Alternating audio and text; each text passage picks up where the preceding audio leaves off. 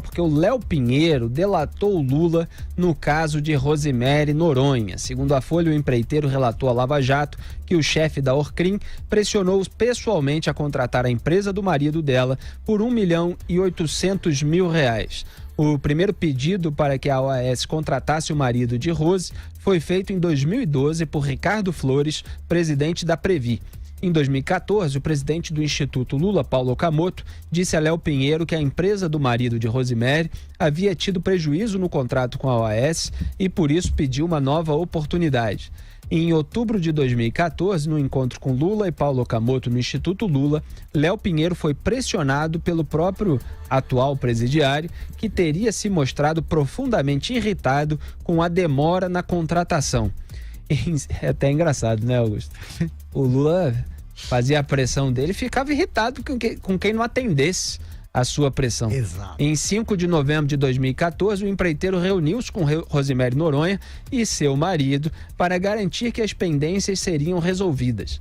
Antes do ano chegar ao fim, a New Talent assinou contratos com a companhia baiana para realizar obras no empreendimento de revitalização da favela do Real Parque, na zona sul da capital paulista, por um valor de R$1.800.000. Paulista eu falo porque eu sou do Rio de Janeiro. Augusto, esse caso é tragicômico, como muitos que envolvem o Lula, porque a Rosemary era considerada, naquele baita eufemismo que foi criado pela imprensa, com muito cuidado para tratar as questões lulistas, amiga íntima do então presidente.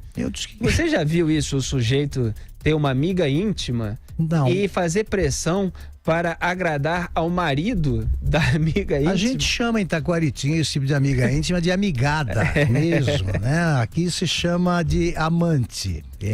Não é codinome não, como no caso da Rose, da Glaze Hoffman. Aqui é amante mesmo. E eu tratei como amante. Ela era a segunda dama, ela viajava com o Lula, porque ela chefiava, sem ter qualificação nenhuma para isso. Ela era secretária de um sindicato, uma coisa assim. O Lula a conheceu num bailão do Sindicato dos Bancários. Foi apresentada pelo José Dirceu, com que ela também teve um caso amoroso, digamos assim. Aí passou para o Lula e ficou amante mesmo, oficial. Ela viajava no avião presidencial, foi mais de quase 20 viagens ao exterior, ninguém sabe para fazer o quê, fora o que ela fazia com o Lula. E começou a ficar poderosa e foi nomeada chefe do escritório da Presidência da República em São Paulo. Funcionava aqui num prédio do Banco do Brasil, na Avenida Paulista, e mandava baburro, né? Nomeou alguns dos bebês de Rosemary para as agências reguladoras, né? Montou uma quadrilha doméstica aí, traficava a influência. E eu tô pasmo aqui porque esse caso foi descoberto em 2012. Se eu estiver enganado aí, o Zé Maria vai me corrigir, mas foi em 2012. Numa operação policial que descobriu isso aí, ela foi afastada pela Dilma, porque ela tinha continuado no cargo depois do fim do governo Lula, por ser amante, né? Ele tinha que manter, pelo menos isso aí. A dona Marisa Letícia não ficava sabendo que ela viajava no lugar da primeira dama oficial, porque não saía no Diário Oficial a lista de passageiros, o que é crime.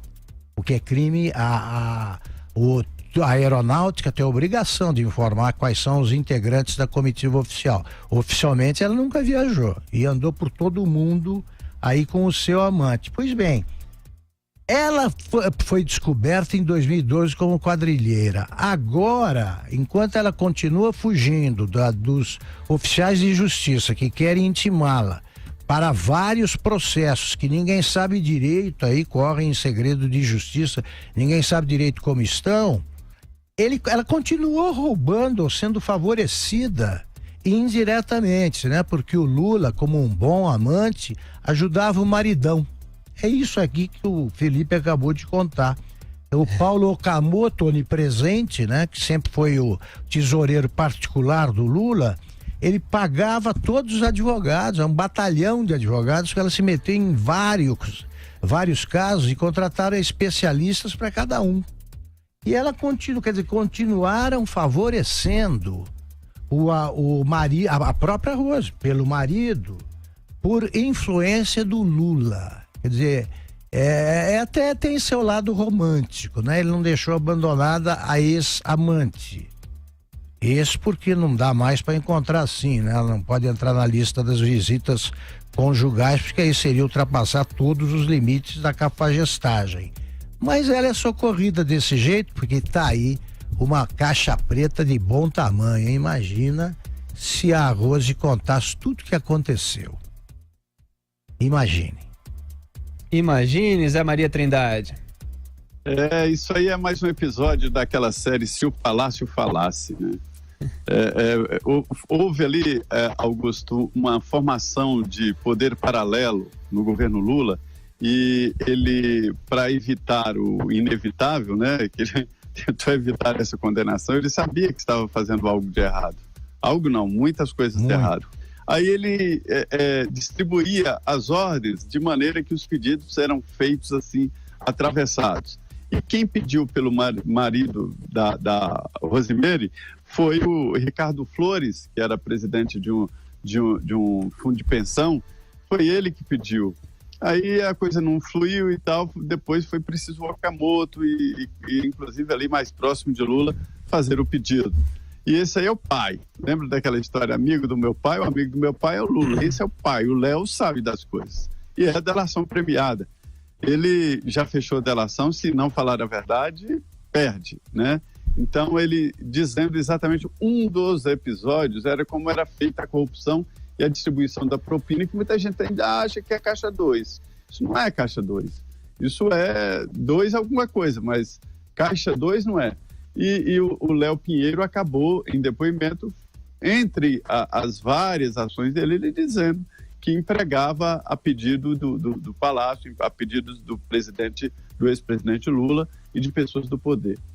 Eu, sinceramente, até hoje eu não tenho uma conclusão sobre quem é mais errado nessa história e quem é mais bandido nessa história. Se é o empresário que cerca o Palácio do Planalto de favores e de corrupção para garantir vantagens, ou esses corruptos que roubam voto popular e fazem do Palácio do Planalto um trampolim para se encher de dinheiro com o nome de financiamento de campanha. Aí a gente vê como estava entrelaçado ali o poder público e o poder paralelo dos empreiteiros. Esse tal amigo do meu pai, que é o Léo, ele vivia no Palácio qualquer que seja o presidente, né? E financiava a campanha. Não era financiamento de campanha, era financiamento de poderosos. E olha só, para completar as informações que eu dei, um amigo aqui me informa que foram 32 viagens como passageira clandestina no Aerolula da Rose. E ela tinha um gabinete aqui no escritório da presidência. Como chefe do escritório da presidência, ela ocupava uma sala aqui no prédio do Banco do Brasil, na esquina da Avenida Paulista com a Rua Augusta. Não era pouca coisa, não. Tinha um retrato, a peça principal da decoração era um retrato do Lula jogando futebol. Para ter uma ideia do bom gosto, né, da amante. Agora, o Lula jamais deu uma declaração sobre isso, porque nada lhe foi perguntado, jamais. Os jornalistas, como são todos jornalistas de estimação, né, amestrados, eles só falam pro Lula como é que eles se perguntam como é que ele se sente na cadeia, como é que é ser preso injustamente e tal. Poderiam perguntar alguma coisa da Rose. Pelo menos perguntar se ele tem saudade da Rose. É uma pergunta bonita, de amigo. Mas ela não tem cara de que vai para a fila da prisão lá para ser revistada e fazer visita íntima, não.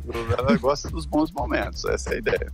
Mas, Augusto, o que você pensa? Um sujeito tem lá a mulher como amante e aí tá fazendo favor pro marido dela. O que é isso? É a contrapartida? É a contrapartida, é clássico, né? Para você amansar.